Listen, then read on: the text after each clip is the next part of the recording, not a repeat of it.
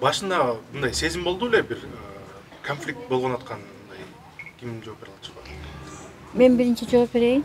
Мен Сариева Мавлюда, Көкташ айылынын ошо Назаров Музафар көчөсүндөгү жашоочусумун. Ошо водозабордун Головной деген жердеги, ошо конфликт болгон жердеги айылдын башында турамын.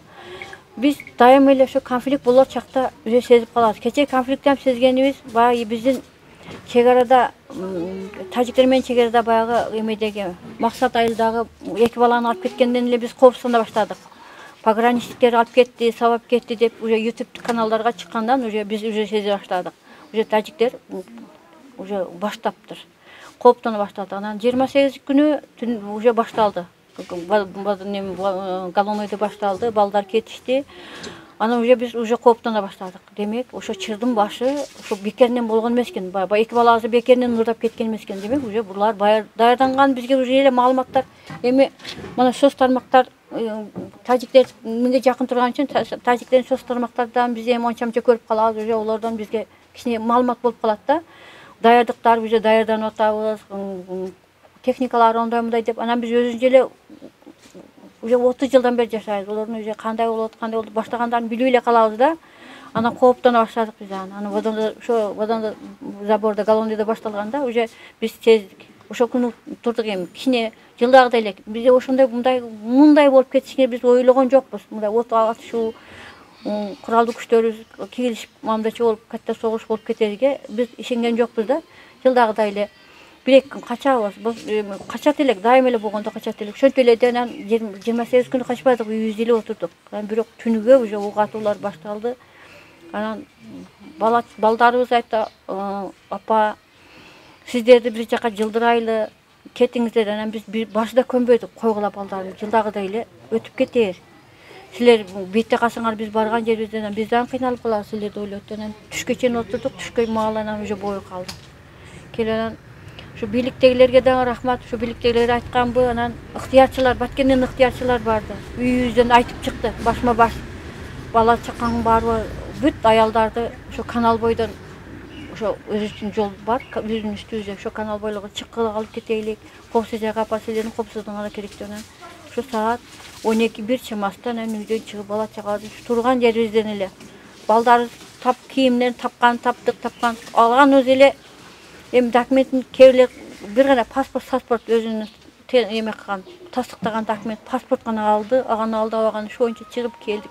Биз ушинтип мына 30 жылдан бери ушу билебиз, тажиктердин баштаганын кантип билебиз. Биз тажиктер менен чектеш жашайбыз.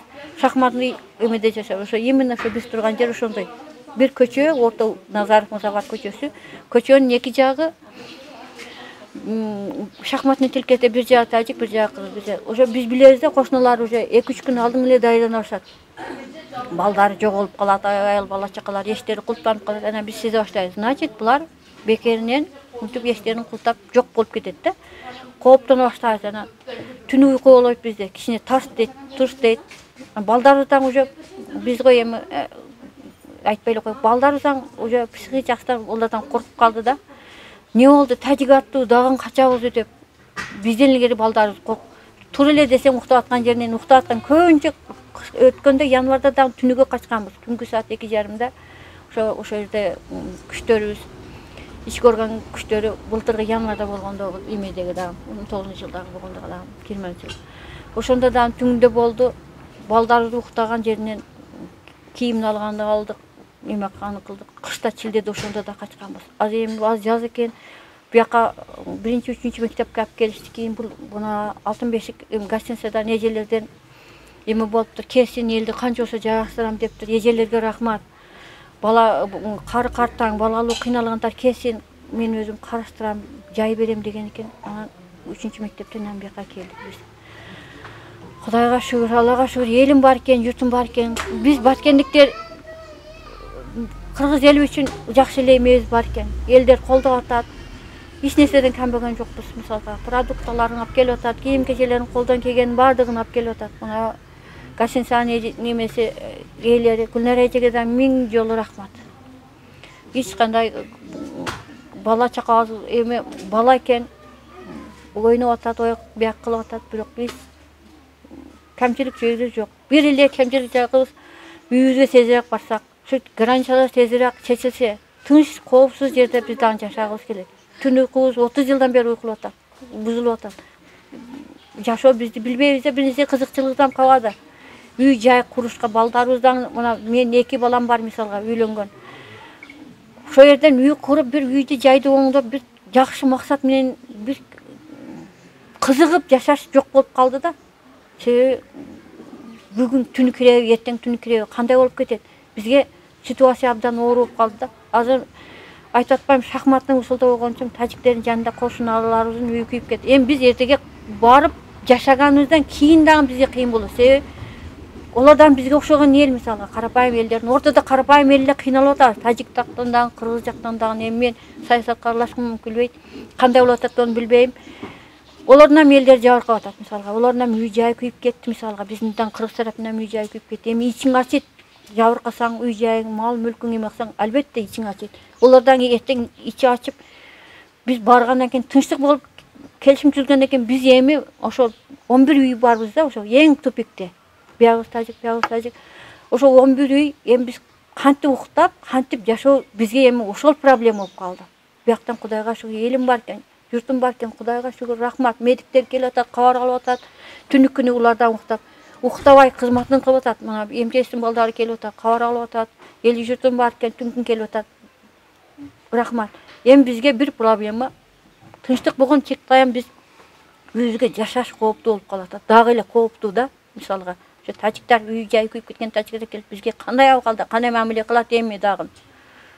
Ошол эле. Биз ошо бийликтерге рахмат, сабыр берсин, тынчтык жолу менен чечсин. Лайым кыргыз элмес, бүт коңуш элдерге, дүйнө жүзү элге тынчтык алат. Мындай согушту эч ким көрбөсүн. Жаш балдарыбыз кетти, биз элим жерим үчүн деп, 10 гүлдөн бир гүл ачылбаган балдар кетти бизди элибиз жерибиз үчүн. Мана айылдаштарыбыздан өтүп кетти. Бүгүн мана кыркылыктар болуп атат. Көбү жерлер азыр ошол жака кетти. Жаткан жайлар жайлуу болсун. Ошолордан биздин элибиз жер үчүн тынч болойлук. Кордукка кабак деп жандарыны берип кетти ошолор мисалга. Аз толкунданып турам, башка сөз айта албайм балдар. Эвакуация жөнүндө айтып берсеңиз, сиз кайсы айылдансыз? Биз Миңбулак айылданбыз. Атыңыз? Казыбекова Мария. Ок атышуу башталганда кетүүнү чечтиңизби же ыктыярчылар келип өздөрү алып кетишти? Жок, биз ок атуу башталганда чыктык. Биздин эле айылдан уже атылганын көрүп качып чыктык. 5 мүнөттүн арасында эле көчөгө кантип чыгып калганын билбей калдык. Өзүбүз эле чыгып, көчөдө машиналар менен келип калдык. Мен эми айтарым, ушу бийликтегилер ушул эми акыркы жолкусу болсо дейм да. Түн менен чечилсе, канчалаган жаштарыбыз өлүп кетти. Ошолордун ата-энелериге сабырдуулук тилейм, сабырдуу болсундар. Биз кичине элди коргойбуз деп канча жаштар өлүп, канча балдар жетим калып атат, канча энелер сыздап атат. Ошолорго сабырдуулук тилейм. Бийликтегилер дагы ушуну эске алып, биздин ушундай экенибизди чечип берселер. Акыркы жолкусу ушуну менен экинчи мындай качмай уруш болбосо дейм да. Ошол эле. Бул жерде бөбөктөрүбүз бар экен да, алар башында аларга кандай психологиялык жактан кандай болду? Азыр унутуп калышты окшойт, кичине ойноп атышат. Жок, унутты деп, мана күндүз чыгып ойногондор менен түнү менен ыйлап чыгып атат. Менин жанымдагы бөбөктөр не болду десе, айтпастан эле нообат менен ыйлап чыгаттар да.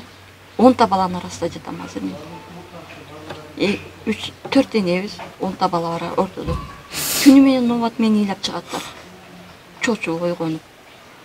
Мана балдарыбыз келип кабар алып жатат, кандай жакшыбыздар деп оякта калган балдарыбыз.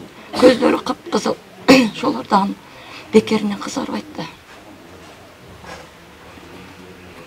Аш турабы, ток турабы. Олор дагы уктабай ушинтип карап отурса керек да. Үй жайыбызды.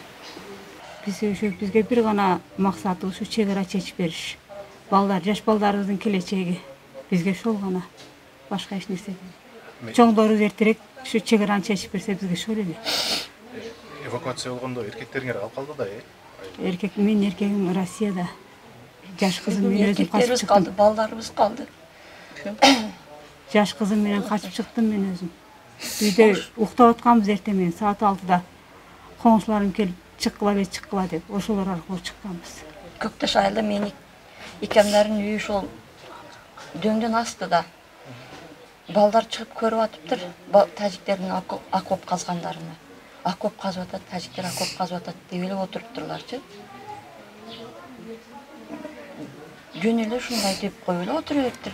Качышты ойлогон. Биз жылдагыдай эле болуп өтүп кетет деп ойлогонбуз да. Биз мындай болуп кетсин эч ким сезген жок да биз. 3 бала ошентип ок атышуу башталгандан анан качып чыктылар да.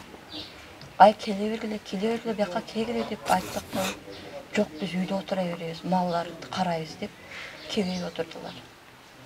Ахыры Зоркеңде качып чыкты, малдары калды. Билбейм мен булар. Жан деле алып чыктык да эже, эч нерсе көзгө көрүнбөдү, жаныбыздан башка эч нерсе көрүнгөн жок бизге. Биз жаныбыздан алып чыктык, үйүбүз ошондой калды, эч нерсеге неме кылган жок. Мал, жан барды калды. Бизге бир гана ушу чегераны чечип берсин, ошол эле биздин максатыбыз. Ушунда силер үйдөн качып чыкканда жолго эле чыгып попуткалар менен кетип аттыңар, же ыкчыярчылар алып кетип аттı? Алып кетип атты. Ошондой алып кетип атты. Спринтерлер алып кетип атты. Ташып атты элди. Рахматчылардан Баткенден барды. Баткенден барган элдер дагы ташып берди да, ал элдердичи. Машиналар чыккыла деп канча бассаңар чыга бергиле деди да. Болгон эле жеңил машина, портери болгон машина алып ташып жатты. Рахматчылар. Батканың чык деп турду. Ошон келе атсаккан бүт жаш балдар кетип атат да. Машиналар менен 2-3төн болуп алып машинага инип кетип атат да. Кудай.